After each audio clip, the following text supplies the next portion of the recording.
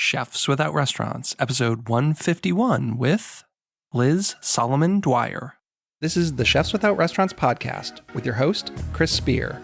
Each week, I'll be speaking with food entrepreneurs and people in the culinary industry. If you're interested in learning more about our organization dedicated to helping people build and grow their food businesses, look us up on the web at chefswithoutrestaurants.com and .org, and on Facebook, Instagram, and Twitter at Chefs Without Restaurants. Now, enjoy the show.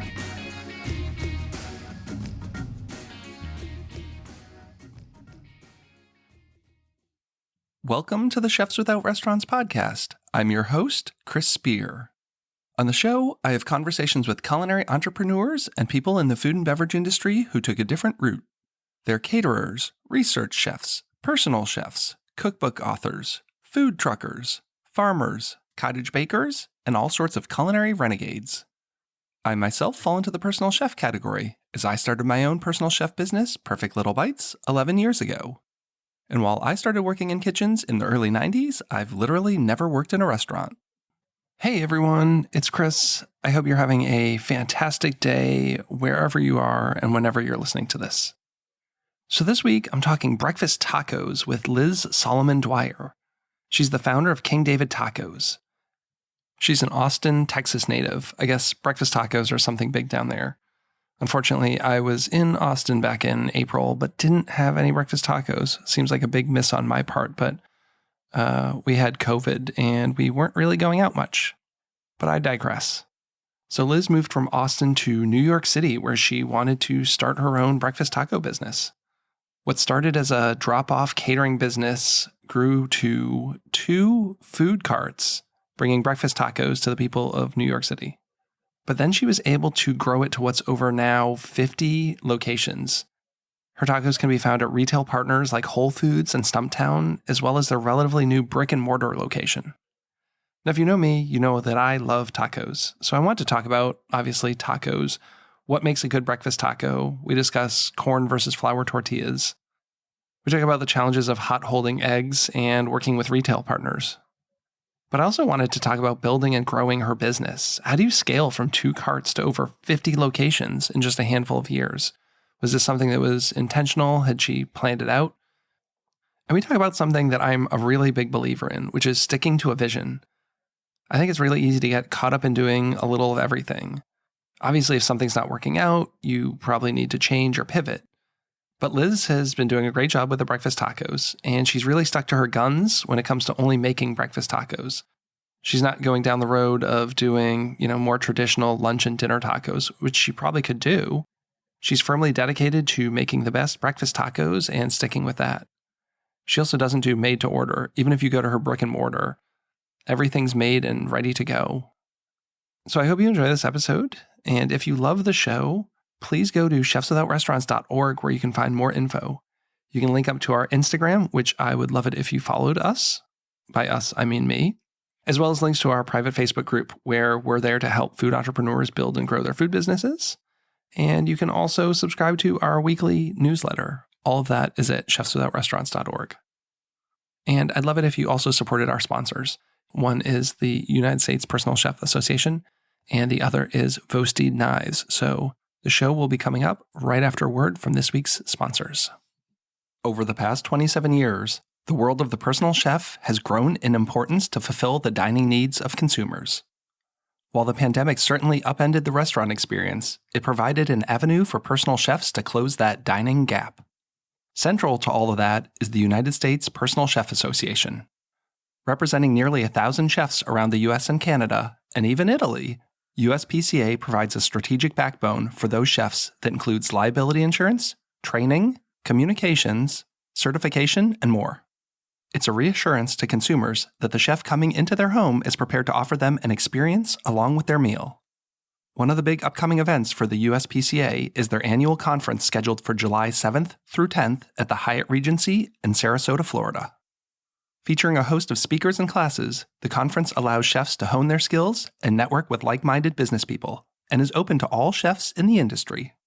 For those who supply the industry, it's a chance to reach decision makers and the actual buyers of products. This will be the first time back following the COVID lockdowns, and the chefs are anxious to connect. And right now, Chefs Without Restaurants listeners can use promo code CWR50 to save $50 on registration. Please contact Angela at aprather@uspca.com for information on becoming a member, attending the conference, or exhibiting. And as always, all this info will be in the show notes. Are you looking for top quality kitchen knives? Well, look no further than Vosteed. With over 2 decades of experience, Vosteed knives are durable, well-balanced, and comfortable to use. You'll find that these knives have a razor-sharp edge, robust and strong full-tang construction, and perfectly engineered ergonomics. These high-carbon steel blades will definitely get the job done in the kitchen. And right now, you can use discount code VOSTEED15 to get 15% off your order. That's VOSTEED15. And as always, the links are in the show notes. And now, on with the show. Hey, Liz, how's it going? Thanks so much for coming on the podcast today. Good, I'm great. I'm excited to be here. Tacos are my favorite thing. If anyone has heard the show before, I talk about tacos quite a bit, so I'm looking forward to talking to you about tacos. All I do is talk about tacos, so I'm your gal. Well, let's jump right into it. Why tacos, and specifically breakfast tacos? You have a breakfast taco business. How did that start? I mean, there's a lot of layers to that answer, but why tacos? Why breakfast tacos? I mean, tacos are one of the best foods in the world, I think. I mean, we... to go way back when I was first toying with this idea, but it really was coming out in the form of me making breakfast tacos for my ad agency. We started a whole thing every culture has its form of a taco, or every culture has its form of a dumpling, and a taco is technically a dumpling, and all these things. But I think that it's such a versatile food that it sparks a lot of passion for people. But for me, why breakfast tacos? I mean, I think it's very much about my experience in New York and my experience pre-New York coming together. The confluence of being here and seeing the need for breakfast tacos, not just because as a genre of food Tex-Mex is missing, but because as a form of function, the breakfast taco was missing. I just needed to see what I could make happen. And I think it's the perfect breakfast food. It satisfies so many needs. You can have all kinds of tacos. You can have tacos that are drunk food that make you want to then go to sleep. But you can have tacos that are very much fuel. And the breakfast taco can epitomize that, I think. You see a wide spectrum of breakfast tacos, and they're all legitimate. They all have a place. So yeah, I mean, that's why breakfast tacos, they're just generally the best food. But then for me, being in New York and seeing the opportunity to do something better than what New Yorkers were currently eating for breakfast is how I ended up here. Well, what I like about it is I'm a egg sandwich kind of guy in the morning, but I feel it's lighter on the carbs. Not that I'm trying to watch my weight, but just you have a bagel, egg and cheese sandwich, and it's so heavy. It's a lot of food. And I think that the tortilla is the perfect vehicle to get all that stuff in you, right? But you're from Austin, Texas, which is how this kind of started, right? Because that's a thing down there, isn't it?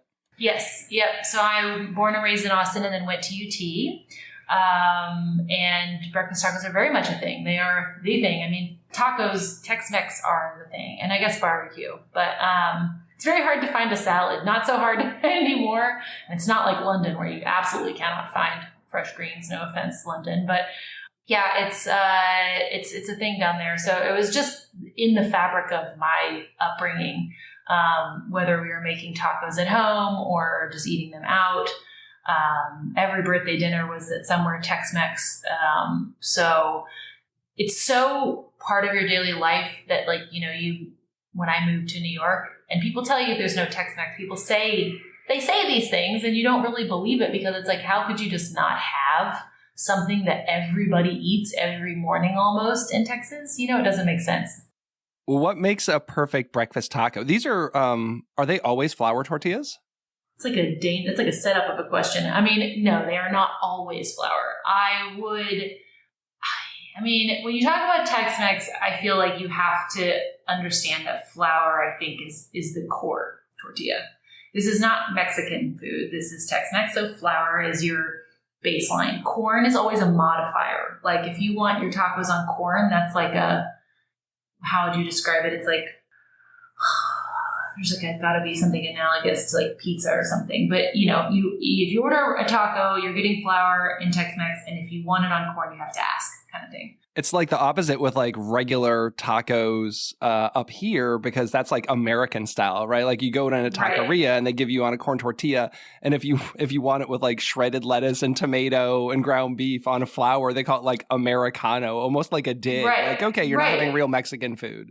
And that's the thing. It's so weird that it's a dig. It's like, well, what if I wasn't making Mexican food? Like, I'm not making Mexican food. I'm making Tex-Mex, which, like, the name literally is a blend of Texas and Mexican, and Texas is America, and, there you go. So breakfast tacos should, I think, start on flour tortillas.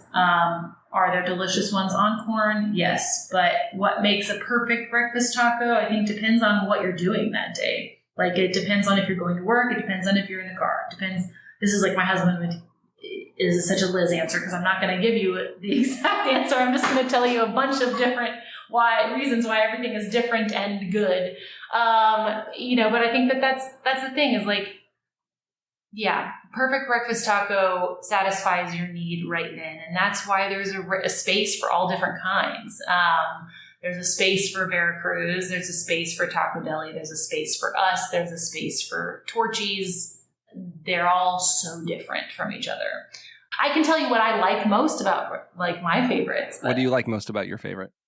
If you just had a really delicious tortilla, well-cooked eggs, and not by well, I don't mean well done, I mean like perfectly, nicely cooked eggs, and a wonderful salsa, that's enough. Like, I'm getting hungry thinking about doing that at home. Like, no cheese, just the eggs and the tortilla and salsa from Taco Shack in Austin. It would be so good. Yeah, it's kind of like a basic hot dog. Like, you can put a whole lot of stuff on it and they're delicious, but also like sometimes a bun, the meat, and just like a little mustard on it is all you need, right? Right. Like, if you have a great bun on a hot dog or a hamburger, it could be awesome. So, yeah, I think I didn't mention that the tortilla does need to be good. Obviously, so, there's a lot of flour tortillas. I would stay away from the ones with a lot of preservatives. I won't name any names, but you just got to be careful. Like, that has a big impact on it. And I think that's why, when I think of good tacos, I default to corn. And it wasn't until I tried making my own flour tortilla that I was like, wow, this is a flour tortilla, because the ones the mass marketed ones you buy in every grocery store aren't fantastic. And it was Enrique Olvera's second cookbook. He had a recipe for flour tortillas, and I tried making them. And I said to a number of people, like, I made these tortillas and I think they might even be better than some of the best corn tortillas I ever had. And that was the first time I ever felt like, wow, this is actually a contender. Because I make all my own tortillas at home, whether it be corn and now flour. And I had never had a flour tortilla that good before. So let's talk about this business you started. How did you start this business? Like, it's tough to start any business. And I think food businesses are notoriously challenging. So why start a breakfast taco business? I don't know. I mean, how did I start it? I just took one step at a time, really. I don't know how deep you want me to go back, but it's just, I took all of the kind of what I would call corporate steps to starting a business first. I set up all my permits, I set up my entity, all that kind of stuff, which is what I knew to do. So I did that, and then just realized I didn't know how to do anything in a commercial kitchen. So I took a small internship with a very nice group of people who taught me a lot about how to operate in a kitchen. And I just literally kept putting one foot in front of the other. I tested my recipes. I made my recipes at home, and then I tested them after I found a commercial kitchen. I showed up to the commercial kitchen to like see it and like, see if I could work there. Like, I was wearing a pencil skirt. Insane. The person was like, who are you? But anyway, when I ended up signing, a contract with them and then I tested out my recipes on the tilt skillets and used vertical cutter mixers and like learned how to use all of that. And then I just put the product to work. I knew that there was an opportunity within advertising and marketing and kind of corporate New York that they needed better catering. So I started selling them tacos, and it was a word of mouth game. And that's how I kind of entered the food world. I can obviously go into much more, but. So you started with catering. Were you just like doing corporate drop-offs, like making them and bringing them to sites and leaving them? Yep, I was making people order 100 tacos at a time, which I felt like was not too much. It wasn't, it was in some cases, but it just made sure that, I wasn't paying to bring people tacos. But yeah, it was just making the tacos the morning of and delivering them to wherever they were going. And it started with me and truly like my sister. And actually, I'm just looking at the date. We got a notification today from Facebook that it's been 6 years since these photos, and it's me, my sister, and my husband like just sweating it out over like our biggest order ever, which was I think it was 300 tacos, which was a lot for us to take on, but it was the hardest thing I've ever done. And, we were just making them every morning. I was delivering them and then coming back and washing the dishes, and it was very difficult. But that wasn't the like long-term plan. That was just a way for me to really get my bearings in working in food. Honestly, I had to do everything to understand how it worked. And I knew as soon as, okay, this has some traction, we needed to have some kind of customer experience, but I knew that the breakfast business model is different than anyone else. And what I was able to do literally like financially, was different than being able to just like take out a lease on, even if I had found the perfect piece of real estate that was cheap enough, but well located enough to make the business model work. I don't know if it would have been the right thing, but, went for the mobile direction where we were able to basically take out leases on Parks Department land and have these little carts that popped up for 4 hours at a time, sold you tacos, and then disappeared. And that was kind of step two. We had 2 locations, one in Prospect Park in Brooklyn and one in the financial district in Manhattan. How long after doing the catering did that start? 1 year and like a couple of months. And how many carts do you have now? We have 3, technically 2 are operating still because one, the financial district has been on pause since COVID.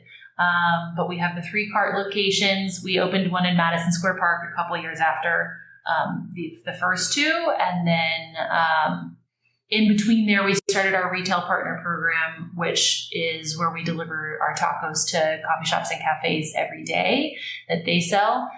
We're in over 80 locations, retail partner locations now. And then we have our own little brick and mortar here in Brooklyn that's at the front of our production facility. That's a pretty big jump to go from 2 carts to now 80 places selling your tacos. How do you scale that? I think that's one of the biggest challenges is starting a business is really tough, right? But so many people don't know how and when to scale. And did you have that as kind of like a vision all along? Did you have this like, I want to be in all these locations, or was it kind of incremental? I did have that vision. Did I really like know exactly how it was going to play out and have this perfect game plan and like step by step, here's what's going to happen in a year, and then this is going to happen, and then I'm going to target this multi-unit group? Like, no, that's not the way. It was definitely a little bit more organic, but the plan was always to have those 3 items going on or 3 channels going on. We had catering, we had our own retail, and then we had other people's retail.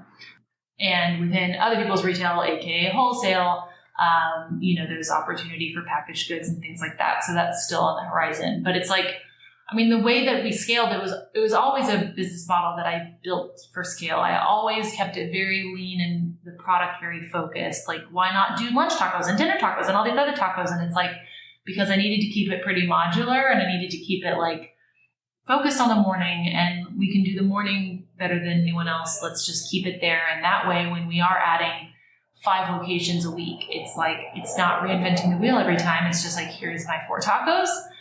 Here's your menu. Here's how we deliver it. Here's your pans. This is, it's like, So it was built to be scalable from the beginning. But if I said I had, exactly a roadmap, like that's so intimidating, I think, for entrepreneurs. They're always like, well, where's your business plan? I'm like, you mean like my slides that says like, here's the like ideas? And yeah, there's obviously financial projections. And yeah, they've been like pretty, mostly somewhat accurate, but I don't know. I think it all was based around a singular strategy and a focused product. And that's how it became scalable. Do any of the places do like cooking on site? How does that work? Like you're in a retail location like a Whole Foods. Like, are you bringing product ready to go for them? Or do you have people there doing it? What's that look like? You can do it both ways, but for most of our partners, we bring product ready to go. So it gets dropped into their holding units at temperature. So, a huge part of our business and a core piece of our business is temperature control. And back to the eggs, it's like also quality. It's safety and it's quality. It's everything. Temperature is everything. Time and temperature, my favorite two things. But you can also do it where, we would deliver cold product that would get heated on site. It just depends. It depends on the customer, the partner, and what their capabilities and what their desire is, honestly, like how motivated they are to do it. Yeah, egg holding is really tough. I've worked in big corporate dining programs hotels, where, where you're putting eggs on a steam table or something. And like anytime you're trying to hold eggs, not a good scenario. But it's, it's the core of what you do. I'm sure it took a little tinkering to figure out how to do it really well. Just a little. Yeah. I still have nightmares about a few like early catering deliveries that I'm like, I know those eggs were green. And it is painful to remember those times, but that's how I feel like I know egg holding better than anyone. I can like feel a taco and just know if it's right or not. Yeah, egg holding is its own animal. And I think that that's what's surprising to people, and also the hurdle we have to overcome, because a lot of people have had such bad experience with hot held food that they see something in a warmer, they're like, it's going to be nasty. And it's like, no, it can be done correctly. It's hard. It's definitely, that's one of the challenges we have too with having so many retail partners. It's like you're entrusting your product to so many other people. So that's definitely a challenge, but it's doable. Like I said, they have to be motivated to be selling a good product. But I think that kind of speaks to the success of those locations overall, like not just the success of KDT at their location. Well, what did COVID look like for you? Did it impact your business? I can't imagine it didn't. It seemed to impact everyone. But what's the past couple of years been like? It was rough for different reasons, like every 3 months, right? Like the first 3 months of COVID, we actually did great because we pivoted to do these taco drops that are cold packages of breakfast tacos that people heat at home, because there was still a need. And I think that there's still, no matter what, like people, even if you are eating breakfast at home and you're not getting it out, like you're not going to make a whole like egg breakfast every single morning.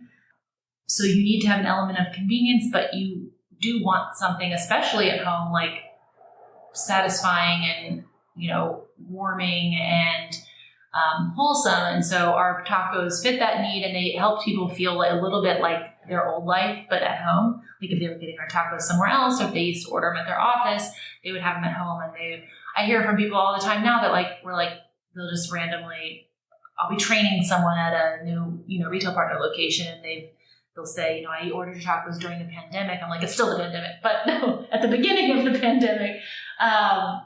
And it just made me feel normal. So, thank you. And that's like, when I look back at the last 2 years, those kind of comments make it very much worth it. But so that was the first 3 months, we were in people's homes. It was great. And then it was like, people started getting out, and I think everyone saw like the slump of the summer of 2020 was tough.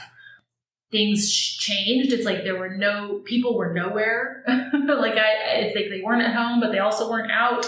Everyone was still scared. It was like a little bit weird.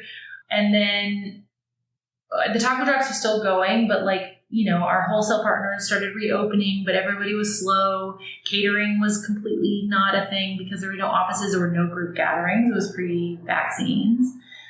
So I would say that the winter of 2020 to early 2021 was the darkest period, right before the vaccine. And then we've been on the upswing since May 2021. I vividly remember the week the CDC said you don't have to wear masks all the time anymore. ever since then, it was like wild town. I would say since besides like the business downturn, the hardest thing is definitely employees and health of your staff, and even just managing like emotions around COVID is the hardest part. How many people do you have on your staff? 40. Yeah, 40 between operations team, production team, retail attendants, and drivers. Yeah. And that's not counting our contract drivers, but yeah, so that's all of our actual employees. It's a good chunk of people to have. I know everyone right now is talking about like staffing issues. It's tough out there. That was also the terrible thing about summer 2021 was it was all of a sudden we had business back, but no one was around. There was like, in April 2021, I said out loud and meant it. I was like, is Craigslist broken right now? Like, because why is no one responding to our job postings? Because usually you get like a flood, right? And there was nothing. So right now we're in a much better place. I feel like the market has kind of leveled out. We, have figured out what to pay people, what's going to be motivating in this market, which isn't too different from what we were doing pre-COVID, but definitely had to like consider new things, whether it's PTO or, more flexible schedules, things like that. But yeah, I think we're in okay. I'm not going to knock on wood. It's been a lot better here. I feel like I still do see like signs when I go to other cities. They're like, be patient. We're short staffed today. That hasn't luckily been an issue for us since like fall 2021. Well, and you have one brick and mortar location now, right? Yes. I mean, that seems like a whole different thing. What was the motivating factor behind opening a brick and mortar when, it seems like it would maybe be easier to just work out of your commercial kitchen and not deal with that? Yeah, would have been a lot easier.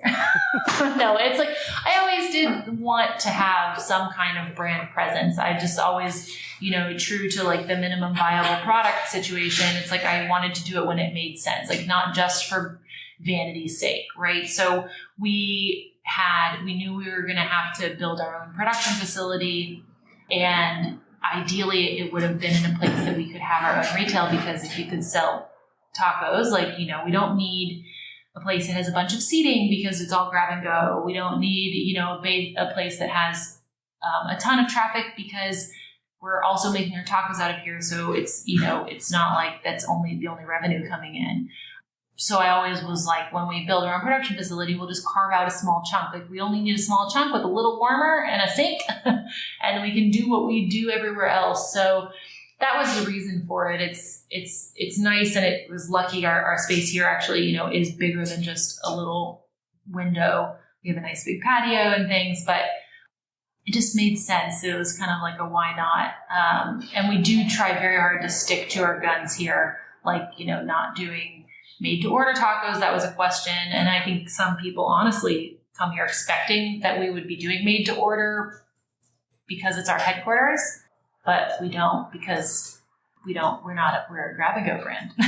I have grab and go huge on the side of the building. People still are like, why aren't these made to order? My wife and I talk about that all the time, about, doing one thing and doing it well. And it's really hard to, I think, maybe not go down the path. I think back to like one of my first jobs was I worked at Boston Market. Do you know Boston Market? Yes, actually, yeah. I always think about them when I think about my own business, and I'll tell you why later. Yeah. I grew up in Massachusetts, and they had a strong presence. And I was there when they went from Boston Chicken to Boston Market, right? So It's like, we're doing chicken, we're doing it really well. And then it's like, now we have turkey, which kind of makes sense. But then you have meatloaf, and then you have all this stuff. And it was like, they grow, they add so much product, so many different things. And then we're just going to expand. And now, like, what happened to them? I don't know. Did they go bankrupt, get sold? Like, something happened, right? Yeah. But they don't even have like a market presence anymore. And, like, maybe you should have just stuck with chicken and doing what worked. For sure. And that's definitely the approach that we've taken. I mean, it's taken a lot of restraint to not try to get into my hands in a bunch of different pots. But it's funny you bring up Boston Market, because I think about them a lot, because somewhere in college, someone in some business class, they gave an example that Boston Market was selling their meatloaf at a loss, and they couldn't like figure out like something was wrong with their P&L. I don't know. And then they figured out that they were like, paying people $4 to eat their carrot meatloaf. And I'm always like, I don't want to have a Boston Market meatloaf. I'm like, I go into the Costa Goods and I'm like praying that there's not some crazy formula that turns out like, I'm selling my bacon taco at a loss or something. So yeah, I don't know, but for different reasons, Boston Market made an impression on me.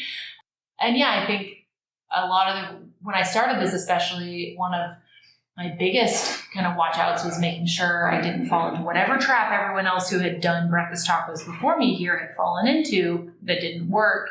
And I do think that some of the trap was just like, if you do breakfast tacos, just do breakfast tacos. Don't like serve it on the side of your regular menu or different concept, and you also have breakfast tacos. It's like you're just going to get distracted, and it's a big enough job to try to get New York to eat them in the first place. So you have a background in advertising and marketing, right? Mm-hmm. That must have served you pretty well. I mean, I'm sure your tacos are delicious, but isn't so much of any business like marketing, branding, advertising? Like, do you feel that helped your business and get the word out? Like, you maybe gave you an edge up where a lot of businesses have no idea where to start with that kind of stuff?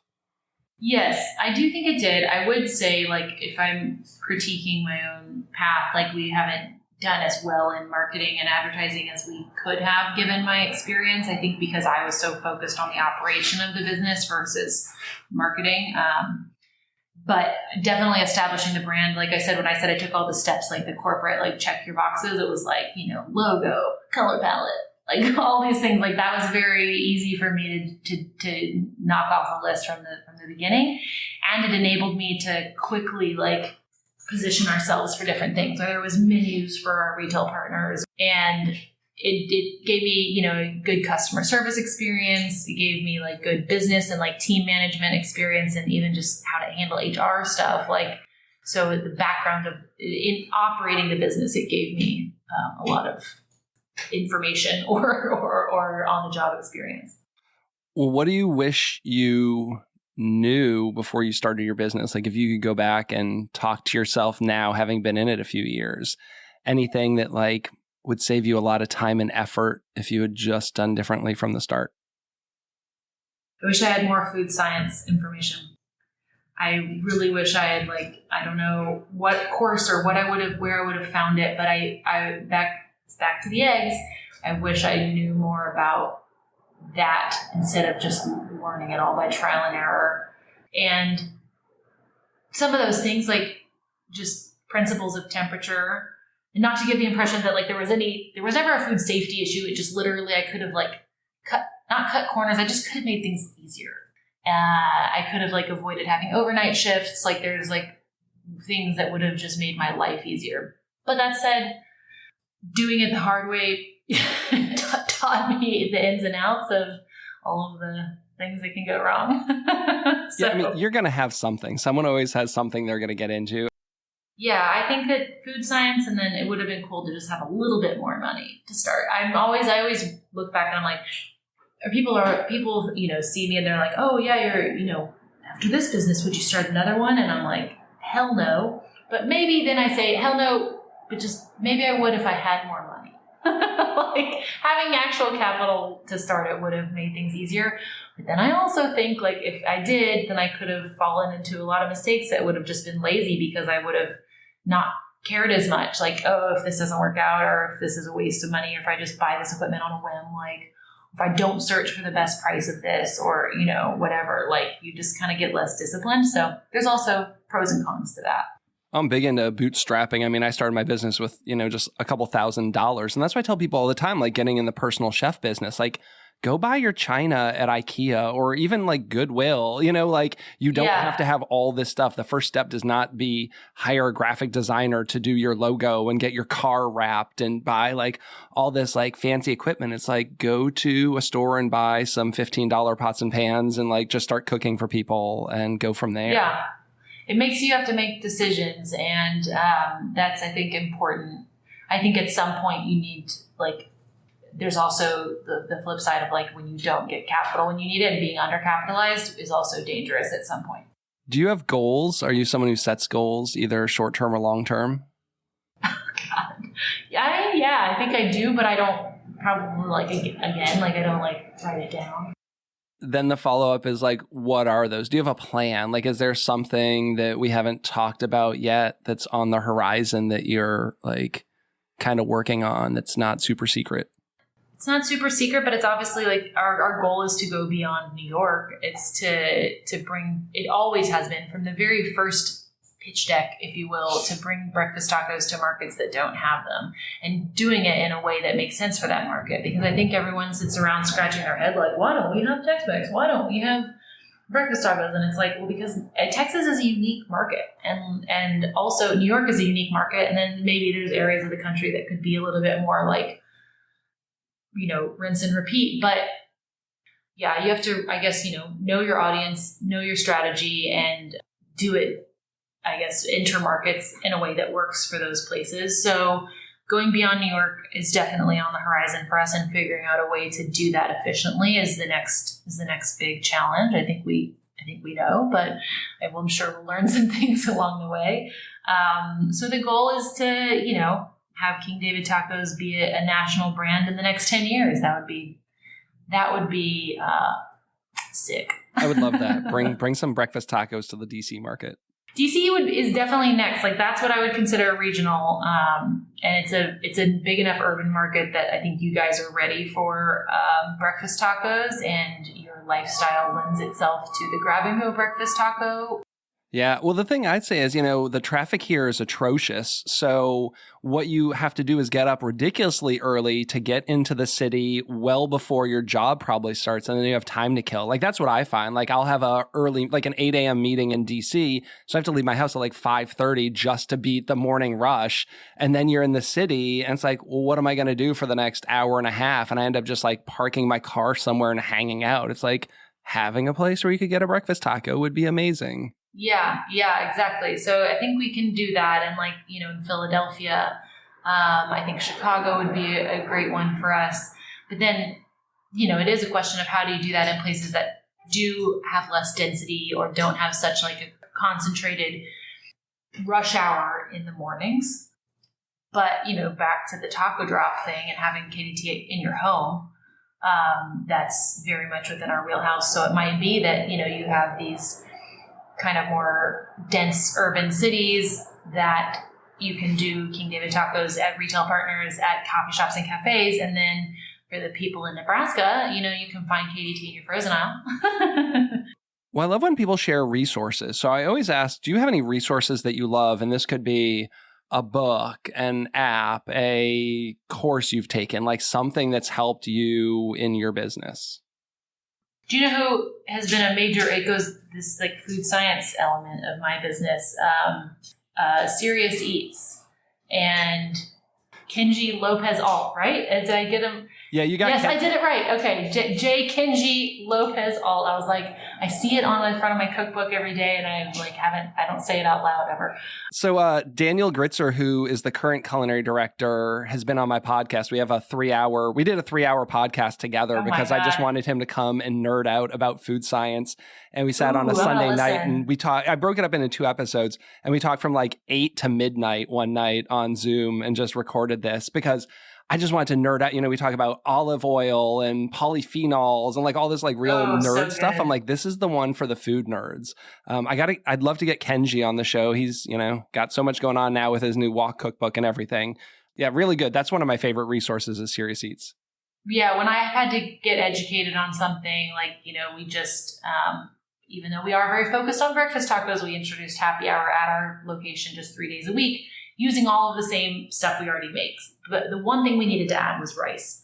And I was like, you know, I do not understand rice. I don't understand rice. And I went to Serious Eats and read all about it. And then went downstairs. We got a rice recipe together in 2 tries. So it was good. They're very helpful. Well, I'm always talking Serious Eats. What do you hope to give to the culinary industry or the food industry? Is there anything that you think on a kind of a higher level you can share? I guess if I was to say what I hope my impact is, if there is an impact, it's kind of twofold. One, not take yourself so seriously, like, you know, not be afraid of hot holding some eggs.